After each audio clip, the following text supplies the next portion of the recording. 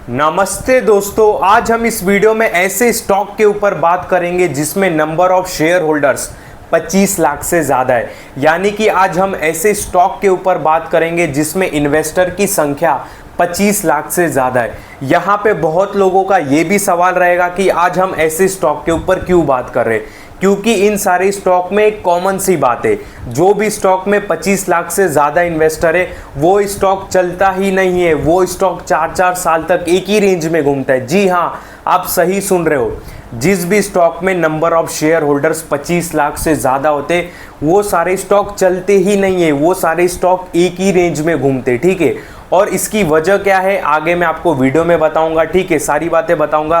पहले वो देखते हैं हम कि ऐसे कौन से स्टॉक है जिसमें number of share holders 25 lakh से ज़्यादा है, फिर उसके ऊपर बात करते कि ये सारे स्टॉक चलते क्यों नहीं है। ठीक है, यहाँ पे देख सकते हो मैं स्क्रीनर पर आ चुका हूँ। फिर यहाँ पे जाता हूँ स्क्रीन्स पर, यहाँ पे क्रिएट न्यू स्क्रीन्स करता हूँ और यहाँ पे मैं सर्च करता हूँ नंबर ऑफ शेयर होल्डर्स। ठीक है, नंबर ऑफ शेयर होल्डर्स मुझे कितना चाहिए। ये क्या हो गया, ग्लिच हो गया क्या यार। वीडियो स्टार्ट जब भी होता है ना कुछ ग्लिच होगा, आवाज़ होगा, फिर माइक बंद हो जाता है। ठीक है, बहुत सारी चीज़ें। अब देखो ये कीबोर्ड नहीं ओपन हो रहा है यार, वीडियो का पूरा स्टार्टिंग ख़राब हो रहा है। आजा भाई, आ गया। ठीक है, हमको क्या चाहिए, ऐसे स्टॉक चाहिए जिसमें number of share holders 25 lakh से ज़्यादा हो। तो मैं यहाँ पे डालता हूँ 25 लाख, इकाई, दहाई, सैकड़ा, हज़ार, 10,000, लाख, 10 लाख। ठीक है, और कुछ नहीं, यहाँ पे रन दिस क्वेरी करता हूँ। यहाँ पे देख सकते हो हमको 27 कंपनी फाइंड हो चुका है, मतलब इंडियन स्टॉक मार्केट में। ध्यान देना, बहुत ही इंपॉर्टेंट वीडियो है, इसको हल्के में मत लेना। ठीक है, आपके आंखें खुल जाएगी ये वीडियो देखे। इंडियन स्टॉक मार्केट में 5,000-6,000 से भी ज़्यादा लिस्टेड स्टॉक है, पर उसमें से केवल 27 स्टॉक है जहां पे पब्लिक की होल्डिंग सबसे ज़्यादा है। कितनी होल्डिंग है, 25 लाख से ज़्यादा नंबर ऑफ शेयर होल्डर्स है। ठीक है, एग्जाम्पल के लिए एक दिखा देता हूं, जैसे इन्फोसिस पे मैं टैप करता हूं। ठीक है, इन्फोसिस पे टैप करता हूं, यहाँ पे स्लाइड करके नीचे लाता हूं, तो देखो इसमें अगर मैं इन्वेस्टर की संख्या बात करूँ, इसमें नंबर ऑफ इन्वेस्टर कितने, 25,42,766। यानी कि मोटा माटी आप बोल सकते हो कि जो इन्फोसिस है वो 25 लाख लोगों के डीमेट अकाउंट में पड़ा है। और यहाँ पे फिर बैक करता हूँ वापस, फिर आईटीसी दिखा देता हूँ। आईटीसी की भी अगर मैं बात करूँ तो आईटीसी अगर हम देखें तो आईटीसी 37 लाख लोगों के डीमेट अकाउंट में, 37,10,159 के आसपास। ठीक है, तो यहाँ पे हम अभी कंपनी फाइंड कर लिए। ठीक है, देख सकते हो 27 कंपनी हमको मिल गई। इन सारी कंपनियों में 25 लाख से ज़्यादा नंबर ऑफ शेयर होल्डर्स है। अब नोटिस करना, ये सारी कंपनी चलती नहीं है। ठीक है, इन्फोसिस की बात करूँ तो इन्फोसिस का अभी प्राइस चल रहा है 1400 रुपया। अगर एक मैं टैप करके दिखाऊँ यहाँ पे तो इन्फोसिस देख सकते हो, अगर मैं 5 साल का चार्ट लगाऊं तो 1400 इसका प्राइस कब था इन्फोसिस का, 2021 में। आज चल रहा है 2025, यानी कि 4-5 सालों से इन्फोसिस एक ही रेंज में घूम रहा है। आईटीसी की भी बात करूं तो आईटीसी एक डिविडेंड पे कंपनी है और प्लस ये एक ही रेंज में बहुत टाइम से घूमती है, ये हम सबको पता है। ठीक है, रिटर्न्स देती नहीं है जल्दी।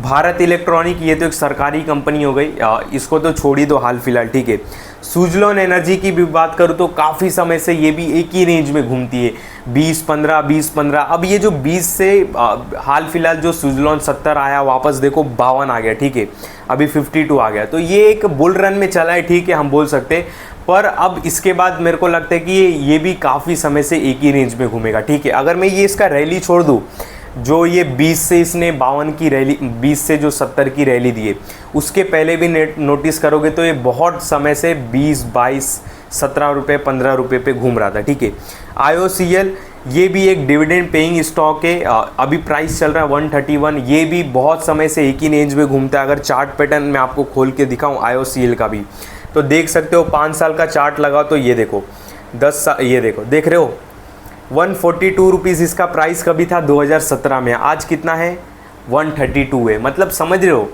2017 से अभी कितना होता है, 8 साल से एक ही रेंज में स्टॉक घूम रहा है। ठीक है, फिर टाटा मोटर्स, सबको पता है भाई, टाटा मोटर्स ने 438, 450 रुपया से 1000 रुपये की अच्छी रैली दी। सबको लोगों ने टाटा मोटर्स में 1000 रुपये में सबको एंट्री कराई, वो वापस अब 600 पे आ गया और ये बहुत समय से 600 पे ही घूम रहा है। ठीक है, इसके पहले भी आप नोटिस करोगे स्टॉक 600 पे ही, मतलब 600 नहीं, जब उसका जो बेस प्राइस था 300-400 उसी रेंज में घूम रहा था। मैं दिखा देता हूँ, यहाँ पे देख सकते हो, मैं 10 साल का चार्ट पैटर्न ओपन करूँ तो देख रहे हो इसका, ये देखो 500 रुपया प्राइस कभी था आपको पता है? 550 रुपया 2016 में। आज कितना है?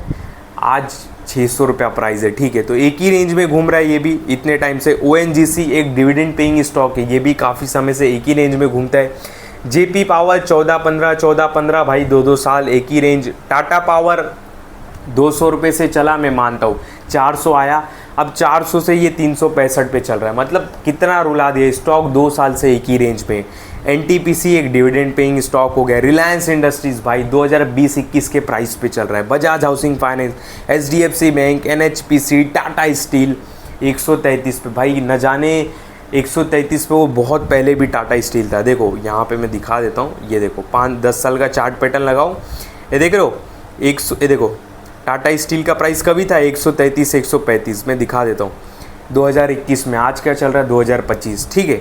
तो यहाँ पे आपने एक चीज़ नोटिस किया है, जो भी कंपनी में नंबर ऑफ़ शेयर होल्डर्स यहाँ पे देख सकते हो, मैं स्लाइड कर देता हूँ, 25 लाख से ज़्यादा है, वो कंपनी बेचारी चलती ही नहीं है, ठीक है। यहाँ पे हमको ये समझ में अभी आ चुका है।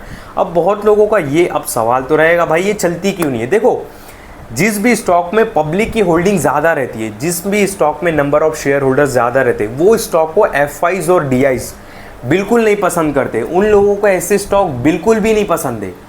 और उनको ऐसे स्टॉक पसंद क्यों आएंगे? आने भी नहीं चाहिए, क्योंकि अगर FIs और DIs को ऐसे स्टॉक पसंद आने लगे जिसमें पब्लिक की होल्डिंग ज़्यादा हो, तो फिर FIs की कैटेगरी हमारी कैटेगरी हो गई। जो FIs की वैल्यू है वो तो पब्लिक के बराबर हो गई, पर ऐसा तो है नहीं। FIs की एक अलग वैल्यू है। मार्केट किसकी वजह से चलता है? FIs और DIs की वजह से। फॉरेन इन्वेस्टर और जो हमारे डोमेस्टिक इन्वेस्टर है उनके वजह से मार्केट चलता है। इतना मार्केट जब नीचे गिर रहा था तो क्या पब्लिक ने उसको ऊपर उठा दिया? नहीं। पर जहाँ पे FIs की होल्डिंग 5,000 करोड़ की बाइंग आ जाती है, मार्केट हमारा 1-1.5% ऊपर हो जाता है। तो यहाँ पे FIs की ताकत ज़्यादा है। तो FIs हमारे लेवल पे क्यों प्ले करेंगे? वो हमारे रास्ते में क्यों चलेंगे? आप यहाँ पे एक बात ये समझो, ठीक है। और हाँ देखो, पब्लिक उसी स्टॉक में जाता है जो न्यूज़ में फैल जाता है, ठीक है। पब्लिक उसी स्टॉक में एंट्री करता है जो स्टॉक न्यूज़ में रहता है। और न्यूज़ वाले स्टॉक FIs को बिल्कुल नहीं पसंद है। FIs को न्यूज़ वाले स्टॉक बिल्कुल नहीं पसंद है। क्यों नहीं पसंद है? बिकॉज FIs को ऐसे स्टॉक चाहिए जिसका प्राइस स्टेबल रहे। स्टेबल क्यों रहे? बिकॉज वो अपने हिसाब से बाय कर सके, अपने हिसाब से सेल कर सके। अब जिसमें नंबर ऑफ़ शेयर होल्डर्स ज़्यादा रहेंगे, मतलब उसमें पब्लिक की होल्डिंग ज़्यादा है। अब जिस स्टॉक में पब्लिक की होल्डिंग ज़्यादा है वही स्टॉक न्यूज़ में चलते हैं। बिकॉज मान लो कि मेरा एक न्यूज़ चैनल है, ठीक है। अब मैं ITC के ऊपर वीडियो ज़्यादा बनाता हूँ तो लोग मुझे ज़्यादा देखेंगे। क्यों? क्योंकि ITC में नंबर ऑफ़ शेयर होल्डर्स ज़्यादा है। अब मैं ITC का ज़्यादा वीडियो बनाऊँगा तो ITC ज़्यादा न्यूज़ में रहेगा, और वो ITC जब ज़्यादा न्यूज़ में रहेगा तो उसका प्राइस अनस्टेबल रहेगा। अगर मैं न्यूज़ वाला हूँ, मैं ITC के लिए थोड़ा भी नेगेटिव पॉइंट बोलता हूँ तो ITC तुरंत 5% नीचे हो जाएगा। बिकॉज ITC को देखने वाले बहुत लोग हैं, क्योंकि नंबर ऑफ़ शेयर होल्डर्स ज़्यादा है, तो वो तुरंत पब्लिक पैनिक में आके माल बेच देगा और प्राइस तुरंत 5% नीचे आ जाएगा। और यही FIs को पसंद नहीं है, ठीक है। अब यहाँ पे लोगों का ये भी सवाल रहेगा कि रिलायंस में, HDFC बैंक में FIs और DIs की तो भर भर के होल्डिंग है। वो एक अपने पोर्टफोलियो को स्टेबल करने के लिए उन्होंने होल्डिंग करके रखा है। आप यहाँ पे ये समझो, ठीक है। वो रिटर्न्स और ग्रोथ के लिए इन्वेस्टमेंट करके नहीं रखा है, उन्होंने इसके लिए इन्वेस्टमेंट करके रखा है कि उनका पोर्टफोलियो स्टेबल रहे। वो छोड़ दो। पर यहाँ पे एक चीज़ समझो, FIs कभी भी पब्लिक के साथ नहीं जाना चाहेंगे, और वो पब्लिक के साथ रहे भी क्यों? क्योंकि पब्लिक का जो मतलब पब्लिक तो इंडिविजुअल पब्लिक है ना। 25 लाख लोगों के डीमेट अकाउंट में तो 25 लाख लोगों का 25 लाख दिमाग है। मेरे को जो चीज़ 400 पे अच्छा लग रहा है, क्या पता दूसरे बंदे को वो चीज़ 300 पे अच्छा लग रहा है। मेरे को जो चीज़ 500 पे अच्छा लग रहा है, क्या पता चौथे बंदे को 600 पे अच्छा लग रहा है। अब मान लो कि मैं 400 पे जिस स्टॉक को बेच रहा हूँ, मान लो पब्लिक उसको 400 पे खरीदती रहेगी। सबका अलग दिमाग है ना। पर FIs और DIs की बात करूँ तो वो एक सिंगल पर्सन है, एक फंड हाउस, एक फंड मैनेजर है। वो यूनिटी में काम करते, ठीक है। बेचते तो एक जगह इकट्ठा बेचते, खरीदते तो एक जगह इकट्ठा खरीदते। पर जिस स्टॉक में शेयर होल्डिंग पैटर्न मतलब नंबर ऑफ़ शेयर होल्डर्स ज़्यादा होते हैं, उन स्टॉक में ये सब नहीं रहता, ठीक है। अनस्टेबिलिटी रहती है और वो स्टॉक चलेंगे भी नहीं। और हाँ, एक और चीज़, अगर FIs और DIs इन सारे स्टॉक को भगाने लगे जिसमें नंबर ऑफ़ शेयर होल्डर्स ज़्यादा है, मतलब जिसमें number of share holders 25 lakh से ज़्यादा है, अब एफआईज इन सारे स्टॉक को अगर भगाने लगे तो एफआईज माल बेचेंगे किसको? बिकॉज ऑलरेडी भाई 25-30 लाख लोगों ने इन सारे स्टॉक को होल्ड करके रखा है, ठीक है। मतलब 25 lakh number of share holders होना किसी भी स्टॉक में बहुत बड़ी बात होती है। मैं तो 25 लाख एक बार बोल रहा हूँ। रिलायंस में 47 लाख शेयर होल्डर्स है, और उसके बाद बजाज हाउसिंग में 26 लाख शेयर होल्डर्स है, और उसके बाद देखो यहाँ पे NHPC में 40 लाख शेयर होल्डर्स है, टाटा स्टील में 61 लाख शेयर होल्डर्स है, ठीक है, समझ रहे हो। और यहाँ पे यस बैंक की बात करूँ तो यस बैंक में कितने नंबर ऑफ शेयर होल्डर्स है? 62 लाख, देख रहे हो, 62 लाख के अराउंड शेयर होल्डर्स है। अब एक चीज़ मेरे को एक बात बताओ, अगर एफआईज यस बैंक को भगाने लगे, उसमें already number of share holders 62 lakh बचे, मतलब इन्वेस्ट किया 62 लाख लोगों ने, बहुत बड़ा नंबर होता है, समझो, इस ध्यान से समझो। हाँ, तो अगर एफआईज यस बैंक को भगाने लगे और अगर उनको कल को माल बेचना पड़ेगा और प्रॉफिट बुकिंग करना रहेगा तो किसको बेचेंगे? ऑलरेडी पब्लिक ने इसमें इन्वेस्टमेंट करके रखा है, तो माल बेचेंगे किसको? तो एफआईज क्या करते? उन सारे स्टॉक में जाना पसंद करते जिसमें पब्लिक की होल्डिंग कम हो। तब क्या होता है ना, जिसमें पब्लिक की होल्डिंग कम हो उसमें जाना पसंद करते हैं। जब उसमें जाते तो उनको भाव अपने हिसाब से मिलता है, वो अपने हिसाब से किसी भी रेट पे खरीद सकते, बिकॉज जिसमें नंबर ऑफ शेयर होल्डर्स कम रहता है वो न्यूज़ में भी नहीं रहता है, स्टॉक वो ज़्यादा चर्चे में नहीं रहता है। और जो स्टॉक ज़्यादा चर्चे में नहीं रहेगा, एफआईज को अच्छा है भाई, वो तो स्टेबल मिलेगा, उनको अपने हिसाब से बाय वगैरह करेंगे। और जब बेचना रहेगा तो उन स्टॉक का न्यूज़ निकालेंगे, और जब उन स्टॉक का न्यूज़ निकालें, मतलब उन स्टॉक का जब न्यूज़ निकलेगा तब पब्लिक उसके पीछे भागेगी और एफआईज वहाँ पे डंप करके भाग जाएंगे। यही होता है, समझो। मान लो कि ABC स्टॉक है, ठीक है, अब वो फेमस नहीं है स्टॉक, कहीं भी चर्चे में नहीं है न्यूज़ में, ठीक है, अपना मतलब गुमसुम में स्टॉक है, ठीक है। अब ABC स्टॉक पे एफआईज की नज़र पड़ती है, ठीक है, एफआईज ने उस स्टॉक को भगाया, उसमें इन्वेस्टमेंट किया, ठीक है, अच्छा खासा उन्होंने पैसा बना लिया।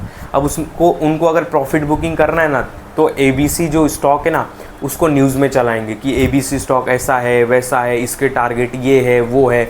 बड़े बड़े फर्म जो टारगेट निकालते हैं ना, यही सारे होते हैं, टारगेट निकालेंगे, ABC स्टॉक इतना जाएगा उतना जाएगा। अब जब न्यूज़ में फैल जाएगी बात, लोग बाय करेंगे, पब्लिक तो बैठी ही चूतिया है भाई बाय करने के लिए, ठीक है, जो न्यूज़ में आए स्टॉक। अब पब्लिक ने ABC स्टॉक को बाय किया, वहाँ पे एफआईज अपना माल पलट रहे, प्रॉफिट बुकिंग कर रहे, बस प्रॉफिट बुकिंग करके वो निकल गए। अब लोग उसमें शेयर धारक बन गए इन्वेस्ट करके, और एफआईज उड़ गया अपना प्रॉफिट लेके। ऐसा ही होता है, ठीक है। देखो, हम एक चीज़ आप ध्यान देना, आप रिलेट करोगे, जब भी आप 2022-21 में स्टॉक मार्केट में आए हो, जब भी आप स्टॉक मार्केट में आए रहोगे 2020-21-22 में, ठीक है, तो आपको इन सारे स्टॉक को लेके ही आपको रिकमेंडेशन आया रहेगा, ठीक है, कि रिलायंस इंडस्ट्री ले लो, ये तो भारत का सबसे बड़ा कंपनी है, ये तो कभी डूबेगा ही नहीं, ये वो HDFC बैंक ले लो, ये तो भारत का सबसे बड़ा बैंक, ये तो कभी डूबेगा ही नहीं, ITC ले लो, सबसे ज़्यादा सिगरेट बनाती है, सिगरेट में अच्छा खासा मार्केट शेयर है। मतलब आपको ऐसे चिपकाया रहेगा ना, ये सारे स्टॉक ले लो, आने वाले 10 सालों के लिए सेफ़ है, ठीक है, जिसमें यही सारे स्टॉक जो अभी हमने देखा जिसमें नंबर ऑफ शेयर होल्डिंग ज़्यादा है, ठीक है, टाटा स्टील ले लो, दुनिया का स्टील है, टाटा का स्टील यहाँ वहाँ, तो आपको न्यूज़ पे चिपकाया गया और एफआई समझ गए कि यहाँ पे अब पब्लिक की होल्डिंग बढ़ रही है, प्रॉफिट बुकिंग का टाइम आ गया। और उसी पीरियड में सब एफआईज और डीआईज जो स्मार्ट मनी है उन्होंने एग्जिट कर लिया, हाथ जोड़ लिया, और उसी टाइम से स्टॉक चल भी नहीं रहे। स्टॉक मार्केट में लोग कब से आ रहे? 2020 के बाद ही आए, और 2020 के बाद ही स्टॉक नहीं चल रहे। नोटिस करो, 2020 के बाद ही ये सारे स्टॉक चल नहीं रहे। रीज़न यही है, क्यों? क्योंकि आपको न्यूज़ के बेस पे इन सारे स्टॉक को चिपकाया गया। आपको एफआईज ने देख लिया कि साला इन सारे स्टॉक को तो अब चिपकाया जा रहा है पब्लिक को, तो अब हम क्या करें? हम चलो अब बाहर चलते हैं, हम क्यों भगाए इन सारे स्टॉक को? एफआईज बाहर हो गए और स्टॉक देख सकते हो आज भी 2020-21 के रेंज में ही घूम रहे। समझ गए? आई होप आपका क्लियर हो गया रहेगा, मेरे मतलब मैं क्या बताना चाहता हूँ आपको समझ में आता रहेगा। जिसमें पब्लिक की होल्डिंग ज़्यादा रहती है, एफआईज को ऐसे स्टॉक नहीं पसंद है। एफआईज और डीआईज को कैसे स्टॉक पसंद है?